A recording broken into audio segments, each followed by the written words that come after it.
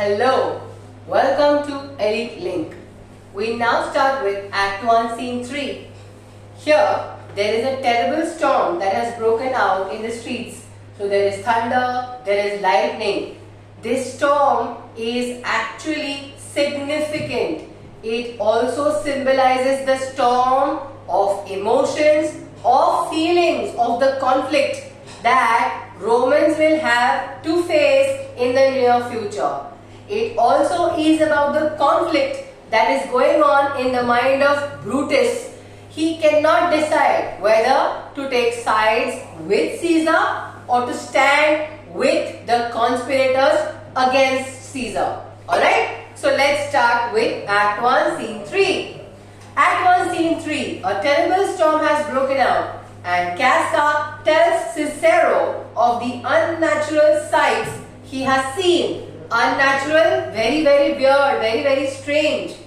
Cassius fears that some unknown evil is about to happen, but Cicero is not convinced and goes home.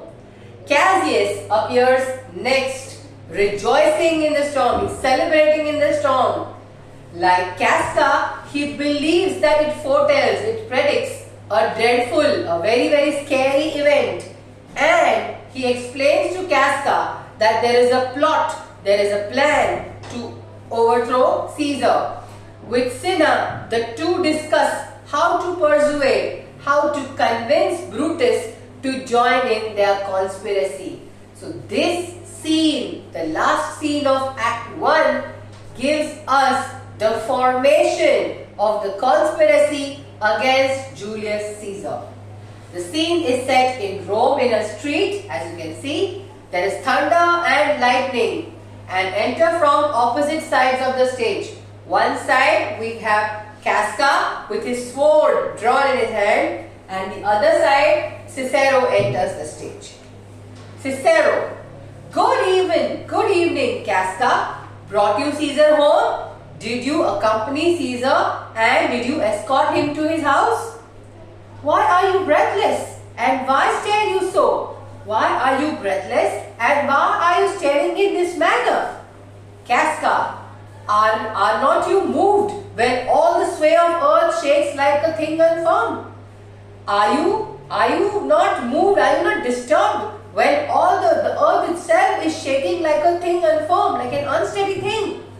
Oh Cicero, I have seen tempests when the scolding winds have rived the knotty oaks. I have seen storms, and when the angry winds have rived, they have torn the knotty trees, the oaks, the knotty trees, oak trees. And I have seen the ambitious ocean swell and rage and foam. Ambitious, the ocean seemed to want to overreach its bounds. Means the tides in the ocean are so high, they want to overreach.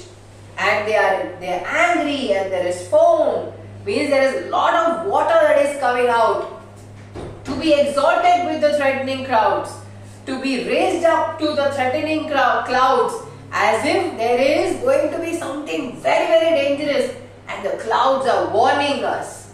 But never till tonight, never till now did I go through a tempest dropping fire.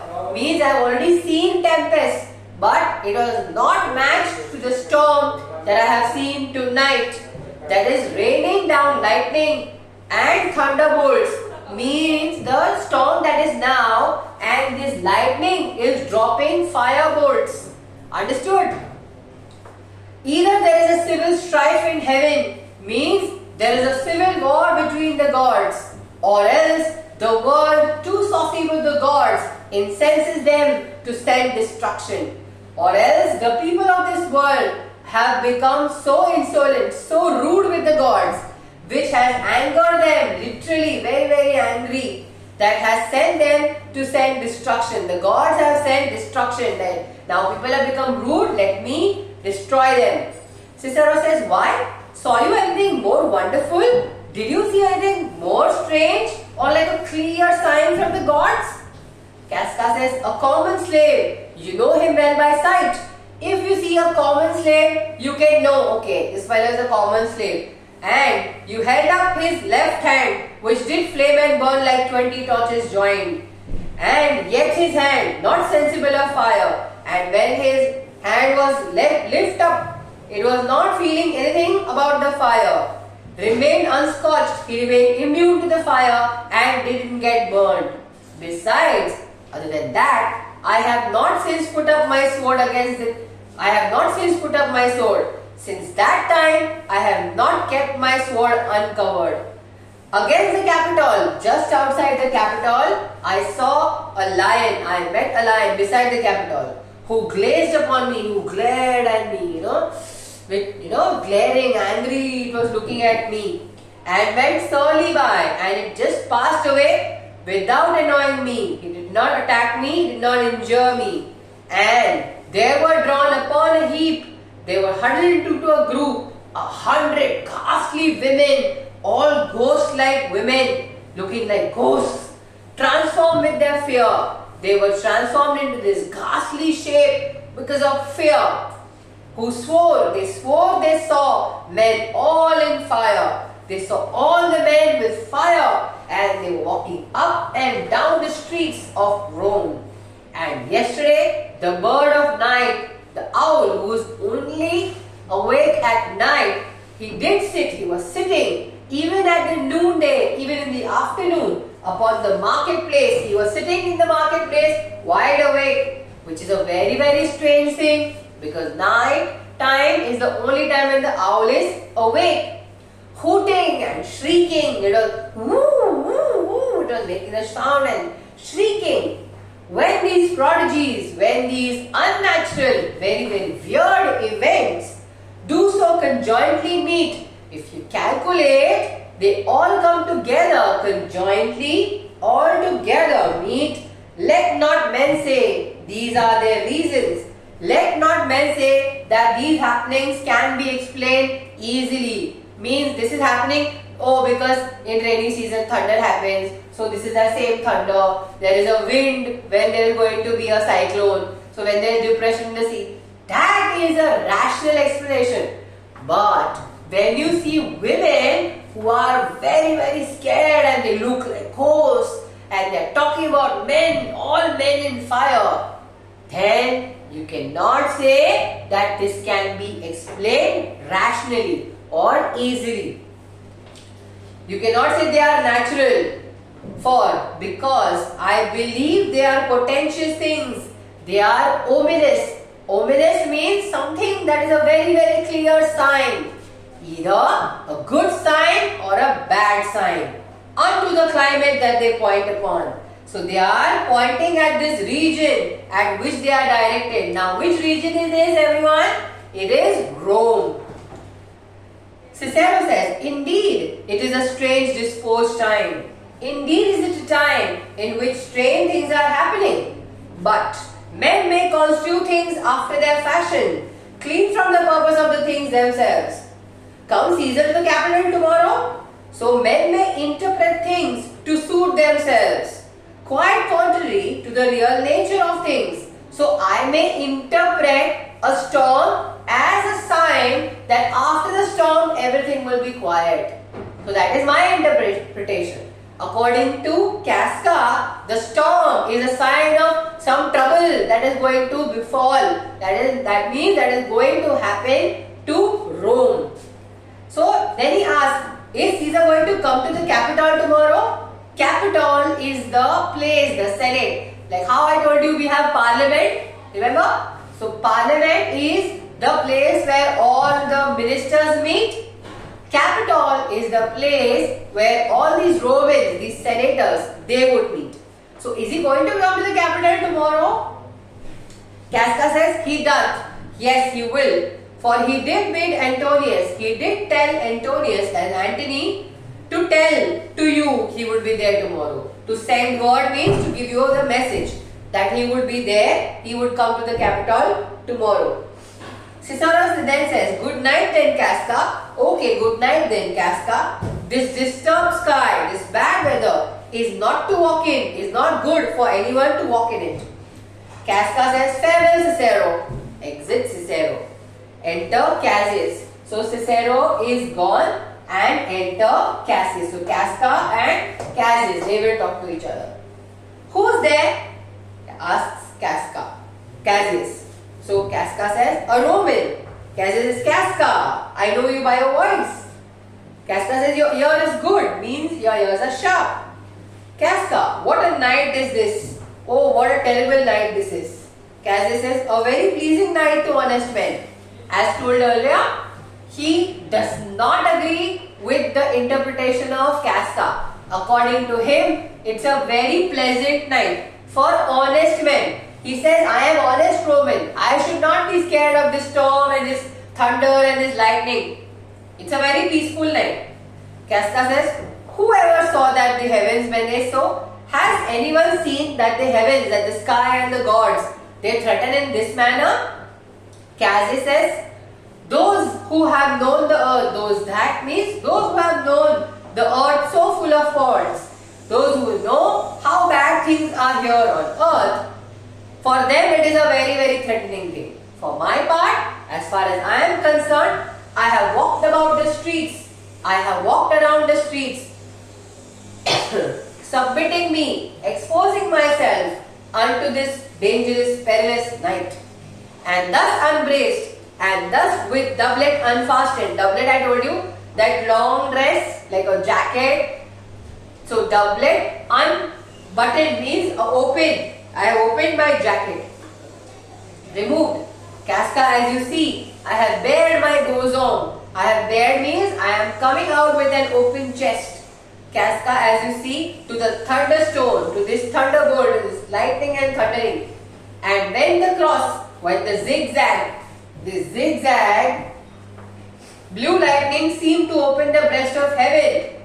Means when the zigzag seemed to come from the sky, I did put myself even in the aim and very flash of it. I stood just where it was directed, where it would hit. I am not scared, he's trying to say. Casca says, but therefore did you so much tempt the heavens? Why did you so much tempt the heavens to attack on you with their thundering? It is the part of men to fear and tremble. It is the duty of men to fear, to be scared and to shiver when the most mighty gods, the most powerful gods, by the signs send such dreadful heralds to astonish us. When they give us the sign that something wrong is going to happen, and when they surprise us with these unnatural events, it is our duty to be scared and not come out with an open chest, you come, attack me, you thundering. No, we should be scared of it.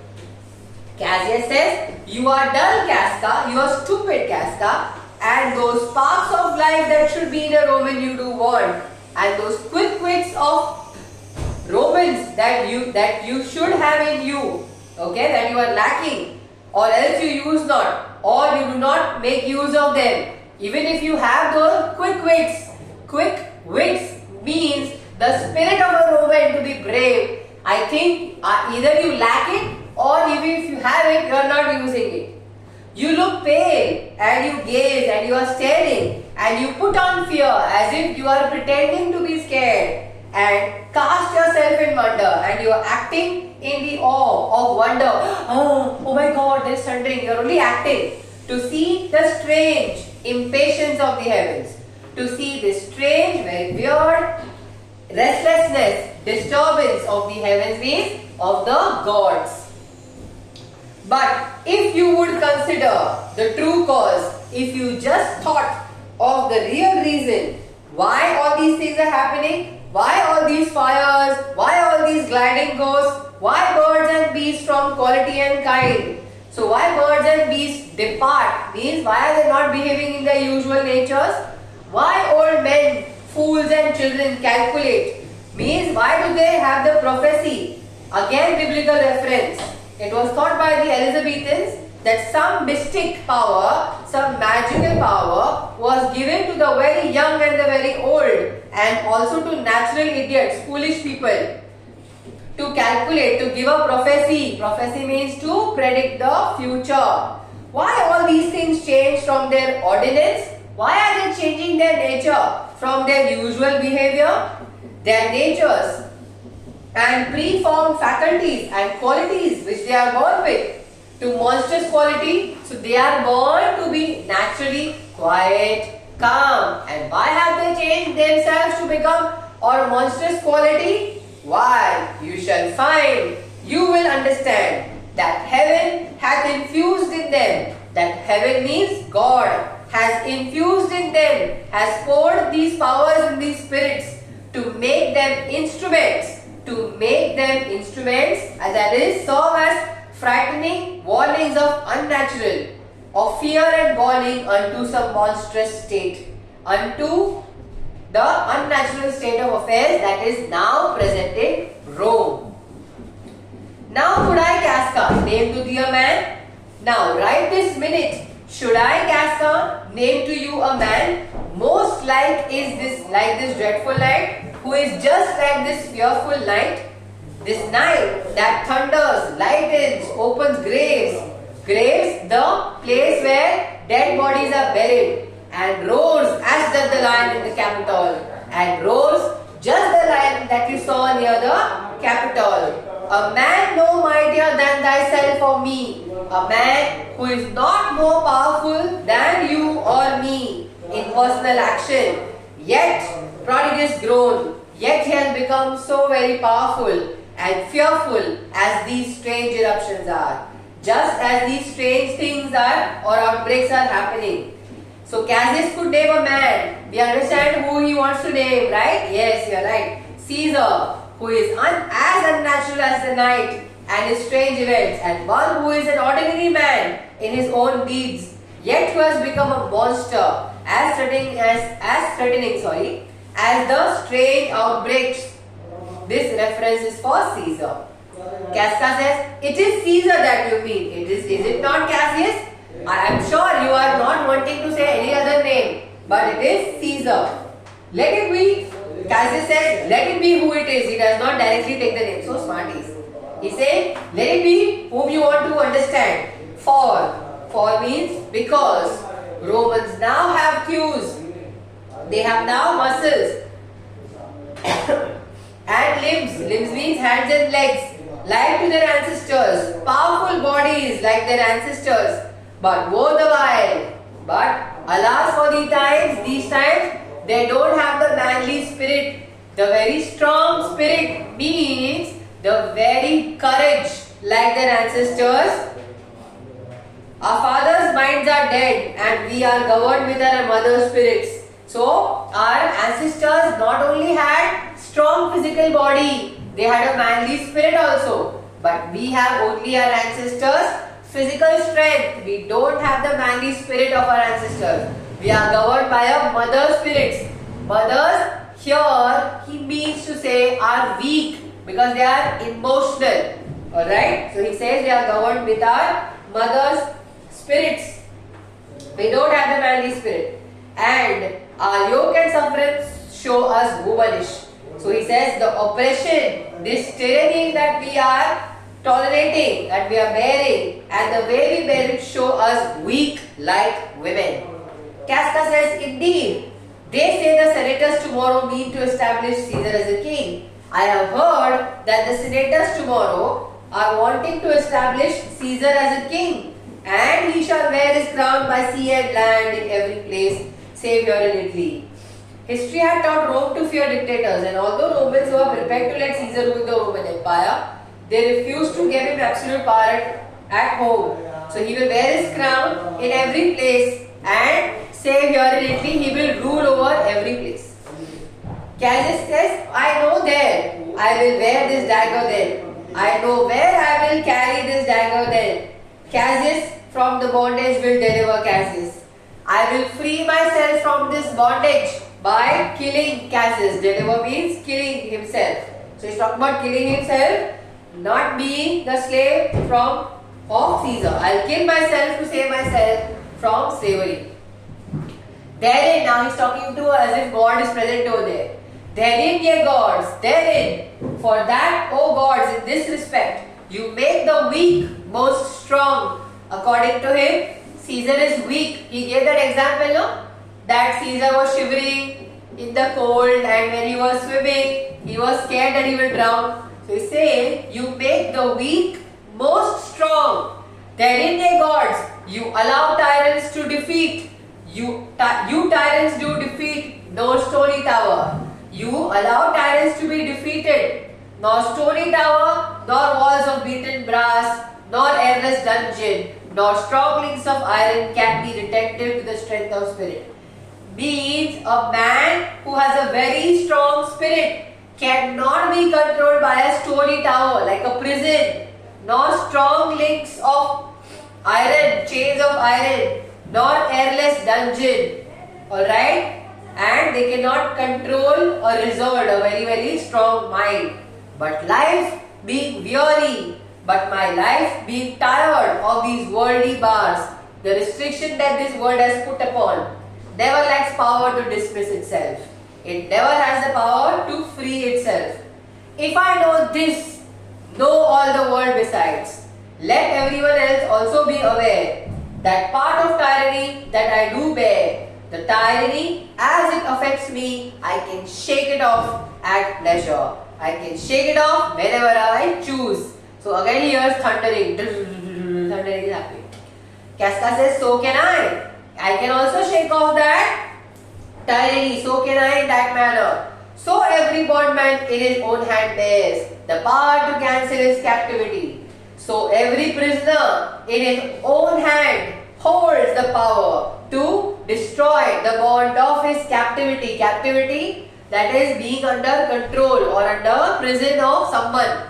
Cassius says, and why should Caesar be a tyrant then? Poor man. I knew he would not be a wolf, but that he sees Romans are but sheep. He were no lion, were not Roman hinds. So why should Caesar be a tyrant then? Initially, they consider Cassius and Casca, they don't consider Caesar to be a tyrant. But according to them, Caesar has become a tyrant because he is just like a lion looking at the timidness, looking at the weakness, just as the lion who sees the weakness of the sheep. He were no lion, he would not be lion, were not Romans hinds, if the Romans did not become deers or slaves. The people who want to start a big fire start with small twigs. Those people that with haste will make a mighty fire begin it with weak straws. What trash is Rome then? It is all trash. Rome has become only brushwood and twigs, pieces of branches. What rubbish and what offal. It has become rubbish, it has become chips of wood, where it serves for the base matter to illuminate. Where it becomes the base matter, the material from which fire starts, to illuminate, to start the fire, to light.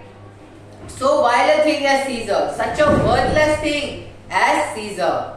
But oh grief, he is personifying grief, as if grief is a person and he is talking. Oh grief, where hast thou led me? Where have you taken me? As if someone is holding his hand and taking him somewhere. Where have you? What have I said in my grief to all of you? I perhaps speak this before a willing bondman. Perhaps I am talking to someone who is willing to be a bondman, who is willing to be a slave. And then I know my answer must be made. And then I know my answer must be made means I know what I'll be made accountable for my words. But I am armed, I am prepared, and dangers are to me indifferent, and I don't care about dangers. Casca says, you speak to Casca, you are talking to Casca, and such a man that is not flaring telltale. You are talking to a man who is not scornful of telltale, who has two-faced talks. Hold my hand, let's shake hands as a token of unity. Be factious for redress of all these griefs. We should form a party to get these troubles put right under its solution. And I will set this foot of mine as far as who goes furthest. I will set this foot of mine, he says, I will join you and be as much involved as anyone else in this project of yours. Cassius says, there's a bargain made, that's a deal. Oh yes, that's a deal. So they both shake hands. Alright, deal. Though you, Casca? He says, let me tell you, Casca, I have moved already. I have persuaded, convinced already some certain of the noblest minded Romans, certain individuals, certain Romans, to undergo with me an enterprise, to join with me in an enterprise in my plan, in my mission of honorable dangerous consequence, whose consequences, whose outcome will be both honorable as well as dangerous. Honorable because we are doing it for the honor of Rome, and dangerous because it is going to involve a very, very big change, because they are going to plan or plot against Caesar. So it is going to be very, very dangerous. And I know by this time, they stay for me. Those other individuals are waiting for me in Pompey's porch, the front of the theatre that is built by Pompey. For now, this fearful night, for right now, this scary night, there is no stir or walking in the streets. There is nobody who is walking in the streets, not a single Roman. Everything is quiet. And the complexion of the element and the condition of the sky in favors like, it appears that it is in favor of the work we have in hand. What task we have taken, the sky is favoring by showing the sign. Most bloody, fiery and most terrible. Just like the work we do, which is filled with blood, which is fiery and which is most terrible. Enter Cinna. Another senator, Cinna, he enters. Okay, so Casca says, stand close a while, for here comes one in haste. Stand close a while, keep hidden. Someone is approaching very quickly. Cassius says, it is Cinna. Tis means it is. Cinna. I do know him by his gait. I do know from the style he is walking. That is Cinna. He is a friend. Cinna, where haste you so? Where are you going in such a hurry? Cinna says, to find out you. I am going to look for you. Who's that? Metellus Simba? Who is that over there? Metellus Simba? Cassius says, no, it is Casca. It is not Metellus Simba, it is Casca. One incorporate to our attempts. Someone who was united with us in our undertaking, in our mission. I am not stayed for. Cinna, am I not stayed for? Aren't others waiting for me also, Cinna? Cinna says, I am glad on it. Means I am glad about it. What a fearful night this is. There's 2 or 3 of us have seen strange sights. There are other 2 or 3 people among us who have seen strange things. Cassius, am I not stayed for? Tell me. Means, are they not waiting for me also? Tell me, what is it? Cinna says, yes you are. Yes, they are waiting for you also. Now have patience. Oh Cassius, if you could but win the noble Brutus to our party, only if you can convince the noble Brutus to join us. Cassius interrupts. Be you content, don't worry, good Cinna. Take this paper and look, you lay it in the praetor's chair. Look, you keep it in the judge's chair, magistrate's chair, where Brutus may but find it, where only Brutus will find it, and throw this in at his window. Remember last scene? He had said he will throw letters in different handwriting at Brutus' window. So he is telling him, throw this in at his window. Set this up with wax. Attach it with wax upon old Brutus' statue. Remember, Julius, Brutus' statue, fix it on the old Brutus statue with wax. And all this done, and when all this has been done, repair to Pompey's porch. Return, make your way to Pompey's porch, where you shall find us, where you will find all of us. Is Decius Brutus and Trebonius there? Now there is Marcus Brutus and Decius Brutus. So he is asking, is Decius Brutus and Trebonius there? Cinna, all but Metellus Simba. Yes, everyone except Metellus Simba is there. And he is gone to seek you at your house. He is gone to look for you at your house. Well, I will hurry up, and so bestow these papers as you bade me. And I will distribute these papers just the way you have told me. Cassius says, that done, repair to Pompey's theatre. When all that is done, come back to Pompey's porch or theatre. Exit Cinna. Cassius now tells to Casca, come Casca, you and I will yet a day see Brutus at his house. We will see Brutus at this time before sunrise. 3 parts of him is already ours. 3 quarters, 3/4, 75% वो अपना बात मान चुका है. He is already agreed. And the man entire upon the next encounter yields him ours. So next time we meet him, he will be entirely on our side. Cassius says, oh, he sits high in all the other people's hearts. He is highly esteemed. He has a lot of respect in all the other people's hearts. Other people respect him a lot. And that which would appear offense in us, and that which looks like a criminal activity in us, his countenance, his approval, like richest alchemy, like the science that trying to change base metals, will change virtue and to worthiness. So our activity, which is actually a criminal activity, after he approves it, will turn to worthless, just like worthless tin turns to gold. Our criminal activity will turn into a very brave act. Cassius, him and his worth and our great need of him, you have right well conceited. Him and his worth, Brutus and his value, and our great need, we need him very badly in this plan. You have understood and expressed absolutely correct. Let us go, for after this, for it is after midnight, it is already post midnight, and before daylight we will awake him and be sure of him. And before midnight we will want Brutus on our side, and we will make him a part of our conspiracy, and they exude. This is end of Act 1, Scene 3. Entire Act 1 is completed here. Thank you.